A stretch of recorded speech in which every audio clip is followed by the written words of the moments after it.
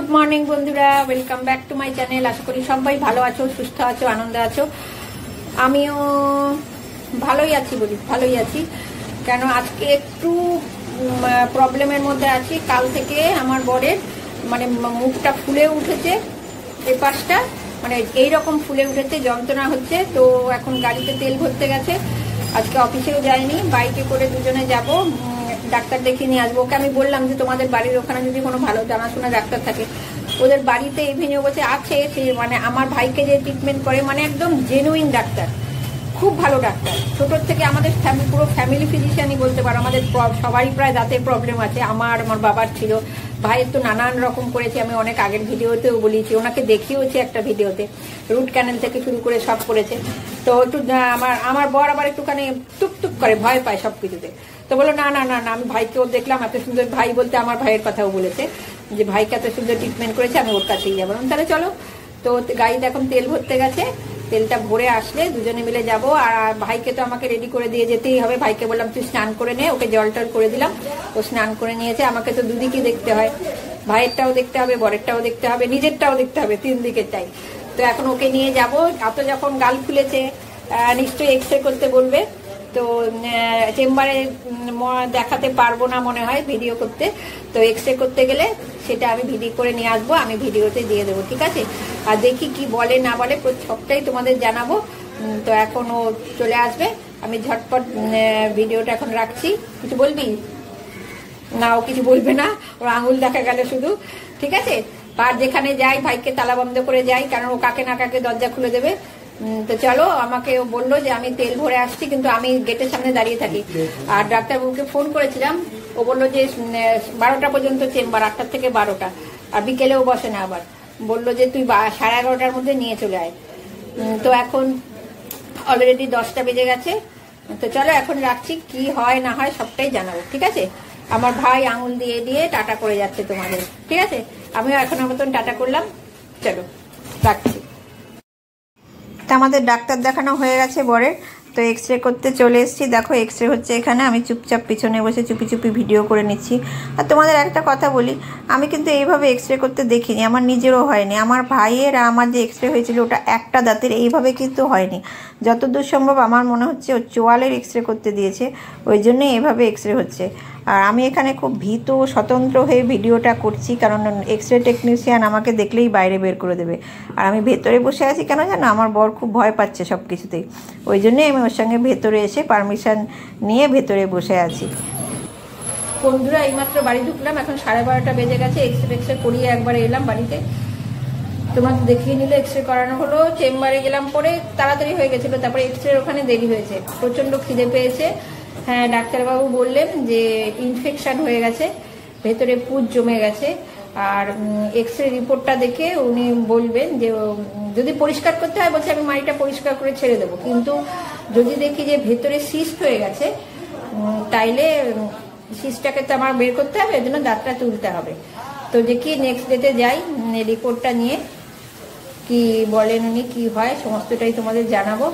আর এখন এত খিদে পেয়েছে না, আমি আর দাঁড়াতে পারছি না, মনে হচ্ছে মানে কতক্ষণে খাবো। কিন্তু স্নান করবো, ড্রেস চেঞ্জ করে খাওয়া দাওয়া করে পুজো দিয়ে, তারপরে চান করে পুজো দিয়ে তারপরে খাওয়া দাওয়ার ব্যাপার, ঠিক আছে? চলো সন্ধ্যেবেলা রিপোর্ট এনে আবার জানাবো। রিপোর্টের তো কিছুই বুঝবো না, তবু তোমাদের সঙ্গে কথা বলবো। আর কালকে কি হয় না হয় পুরোটাই তোমাদের জানিয়ে দেবো, ঠিক আছে? ওষুধ টষুধ নিয়ে সব করে একবারে বাড়ি আসা হলো। চলো এখন রাখছি, স্নান করি, খাওয়া দাওয়া করি। যদিও ডাক্তারখানাটা কাছে, কিন্তু এত বসে থেকে থেকে না আর ভাল লাগছে না। আর ডাক্তারের চেম্বারেও এসি চলছে, এক্স রে রুমেও এসি চলছে, মানে আমার যেন মাথা পাতা ধরে গেছে মনে হচ্ছে এসিতে। চলো এখন রাখছি, পরে আবার সন্ধ্যেবেলা আসবো এক্স রে রিপোর্ট এনে, ঠিক আছে? এক্স রে রিপোর্ট নিয়ে চলে এসছে, এখন 8:30 বেজে গেছে। 7টার পরে গেছিলো আনতে। রিপোর্টে তো কিছুই বুঝলাম না, রেখে দিয়েছি, দেখি কালকে যাব। কালকে অনেক সকালে উঠবো, ভাত করে রেখে যাব। রান্নাটা করলাম, ভাতটা সকালে করব। আর অ্যালার্ম দিয়ে রেখেছি 5টায়, 8:30টার মধ্যে চলে যেতে বলেছে। চলে যাব, টুকটাক তো কাজ থাকেই জানো। রান্নাটা ভাতটা তো করতেই হবে, উপায় নেই সকালে উঠে। একটু শুয়ে আছে, এখন ভালো লাগছে না। এবার উঠে রুটি ফুটি করবো। হ্যাঁ, আর একটা কথা বলি, আমি ভিডিওটা যখন দেব, দুদিনের ভিডিও কিন্তু একসাথে করে দেব। মানে এটা আজকে কথা বলছি, কালকে ডাক্তারখানায় যাই, দেখি কি বলে কি হয় সমস্ত জানাই, এই জানি জেনে একসাথে দুদিনের ভিডিওটা একসাথে আমি পোস্ট করব, ঠিক আছে? চলো রুটি ফুটি করি, খাওয়া দাওয়া করি, দেখা যাক কালকে কি হয়। ও তো দাঁত তুলবে বলে ভয়ই পাচ্ছে, বলছে না না আমার দাঁত তুলতে হবে না, আমাকে ক্লিন করে দিলেই হয়ে যাবে। আমি তুমি চলো না আগে। মুখটা ফুলেছিল, ফোলাটা একদম কমে গেছে, ব্যথাও কমে গেছে, বলছে আমার আর দাঁত তুলতে হবে না, ভয়ই একসার হয়ে যাচ্ছে। আরে আরে বাবা, ভয় পাবার কি আছে, বলে না আমার দাঁত তোলাতে খুব ভয়। যাই, দেখা যাক কি হয়, কালকে আবার কথা বলবো। হ্যাঁ, আজকের মতন আমি এখানেই গুড নাইট করছি। কালকে সকালে হয়তো দেখা করতে পারবো না, যদি দেখা করতে পারি খুব ভালো কথা। তো আজকের এই ভিডিওটা গুড নাইট বলে এখানে শেষ করলাম, কালকের ভিডিওটা জোড়া দিয়ে আপলোড করব, ঠিক আছে? গুড মর্নিং বন্ধুরা, এখন 8:30 বাজতে চলেছে। আমি আর বর যাব, ভাইকে খাওয়া দাওয়া করে এখানে বসিয়ে দিলাম, মাসি এসে মাসি মতন কাজ করে নেবে। তো পরে এসে আবার কথা বলবো, ঠিক আছে? ব্যাক ক্যামেরা করে দেখিয়ে দিই। বরের রেসাপ হয়ে গেছে, আমারও হয়ে গেছে। এবার যাই, দেখা যাক কি হয়, পরে সবকিছু জানাবো, ঠিক আছে? ব্যাক ক্যামেরা করে দেখিয়ে দিচ্ছি। ভাই খাওয়া দাওয়া করে ফোন নিয়ে বসে আছে, ওকে বলেছি জানলার ধারে বসে থাকবে, ও বসেই থাকবে, এরকম খুব বাধ্য। আর ভাত করে ফেলেছি, দেখো ভাত হয়ে গেছে, কালকে রান্নারও করে রেখেছি রাত্রিবেলা, রান্নার কোনো ব্যাপার নেই, মাসি এসে কাজ করে নেবে। আর বর এখানে পেশাব করে বসে আছে, টিভিতে অটোমেটিক চলছে, ঠিক আছে? চলো আমরা বেরোবো, এবারে চলে যাই। আর ওয়েদারটা কি মেঘ, কালকে বৃষ্টি হয়েছে, আজকে এরকম মেঘ হয়েছে। চলো টাটা, পরে কথা বলবো। চলো দেখো চেম্বারে চলে এসেছি, বরের ট্রিটমেন্ট স্টার্ট হয়ে গেছে, ক্লিন করছে। সব ঘটনা পরে বাড়িতে গিয়ে বলবো। তো আমি এখানেও একটুখানি চুপি চুপি লুকিয়ে ভিডিও করে নিচ্ছি। একটা অ্যাটেন্ডার দিদি আছেন, আর দিদি ওই ডাক্তারবাবু দুজনে মিলে ক্লিন করছে। দিদি ওপাশে আছে বলে দিদিকে এখানে দেখা যাচ্ছে না, তা আমি একটুখানি ভিডিও করে নিলাম তোমাদের জন্য। বিকেলবেলা আমি লম্বা টেনে একটা ঘুম দিয়ে, এই বিস্কিট শেষ হয়ে গেছে, কৌটোতে ভরবো, ডাল শেষ হয়ে গেছে, কৌটোতে ভরে নেব, টুকটাক কাজ অনেক বাকি আছে। ওদিকে অ্যাকোয়াগার্ডের জল বসিয়ে দিয়েছি। জানোই তো সারাদিন বাড়ি না থাকলে কাজ জমে যায়, যতই রান্নাবান্না থাকুক, যাই থাকুক, রেডি করা থাকুক রান্নাবান্না, কিন্তু এই কাজগুলো তো থেকে যায়। আর আমার একটু রেডিমেড কাজ করা স্বভাব, তোমরা তো জানোই, আমি আগের থেকে সব রেডি করে রাখি, ওই জন্য এই হ্যাবিটটা আমার আছে। এগুলো হয়নি, ওই জন্য আমি এগুলো রেডি করছি। আর আমার বর বললে একটু বাইরে বেরোবে, হেঁটে আসবে, তো আমি সেই অপেক্ষায় আছি। ও হাসিও পাচ্ছে বলতে, ওর সামনে তোমাদের কাছে কিছু শেয়ার করব না, ও যেই বেরোবে তখন আমি বসবো, তোমাদের কাছে সব আজকের ঘটনা শেয়ার করব, ঠিক আছে? আর এদিকে জলটা যদি পড়ে যায় সেদিকেও আমাকে লক্ষ্য রাখতে হচ্ছে, মানে 3টে কাজ একসাথে শেয়ার বলছি, 3টে কাজ একসাথে করে নিচ্ছি। ভালো লাগছে না, শরীরটা একদম ভালো লাগছে না, মানে খুব টায়ার্ড লাগছে, ঠিক আছে? চলো তোমাদের সবটাই জানাবো, শুধু এখন অপেক্ষা হচ্ছে আমার বর কখন বাড়ির বাইরে বেরোবে, আমি সেই টাইমে তোমাদের কাছে ভিডিও করতে বসে পড়বো। গুড ইভিনিং বন্ধুরা, খুব টায়ার্ড লাগছে সত্যি করে। যাক, সব কাজ সেরে কথা বলতে বসলাম তোমাদের সঙ্গে, টুকটাক কাজগুলো যা ছিল সারলাম। আর সারা দুপুর মানে ঘুমিয়েছি, মানে ভিডিওটা যে অন করবো এসে আর ভালো লাগছে না, দুদিন ধরে খুব ধকল যাচ্ছে। কানেরগুলো দেখো খুলে ঘুমিয়েছি রাতের মতন, যাতে একটু নিশ্চিন্তে শুতে পারি, কারণ কানেরগুলো ফোটে বালিশের মধ্যে, ওই জন্য।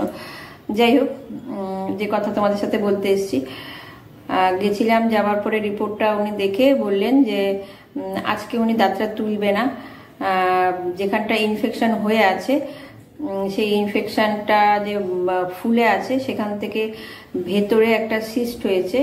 বললো যাই হোক, বলছে আমি পুরো ক্লিন করে দিচ্ছি। পুরোটা ক্লিন করে দেওয়ার পরে পুঁজগুলো যে বেরোচ্ছিল, বাইরের দিক দিয়ে বেরোচ্ছিল, বলছে ওইগুলো পরিষ্কার করে দেওয়ার পরে আমি ওষুধ দিচ্ছি। আবার মঙ্গলবারে যেতে বলেছে, 27 তারিখে। পজিশনটা দেখি কি, তাহলে আমি দাঁত তুলবো। উনি সহজে দাঁতটা তুলতে চায় না, আর বলছে ভাগ্য ভালো। আর এরও দোষ আছে, আমার বড়েরও দোষ আছে। বলছি কেন দোষ আছে, বলছে ভাগ্য ভালো, এটা বায়োপসির দিকে টার্ন নেয়নি, যে কোনো সময় একটা ভয়ঙ্কর কিছু হতে পারতো। বলছে যে আপনার ভাগ্যটা খুব ভালো। আমার বরকে বললো, আমাকে বললো দেখ কি অবস্থা। দেখলাম আমি। তো যাই হোক, 27 তারিখে যদি দেখে যে একবারে তুলে ফেলার মতনই অবস্থা, তাহলে 2টো দাঁত তুলতে হবে, 2টো দাঁত। আর নিচের মাড়িতে একটা দাঁত মানে এত মানে ভেঙে ভেঙে ভেঙে ক্ষয় পেয়ে চেপে বসে আছে। ওর দোষটা কোথায় বলছি, ডাক্তারবাবু নিজেই বলল যে আপনার এটা 6 মাস 1 বছর আগেকার ঘটনা।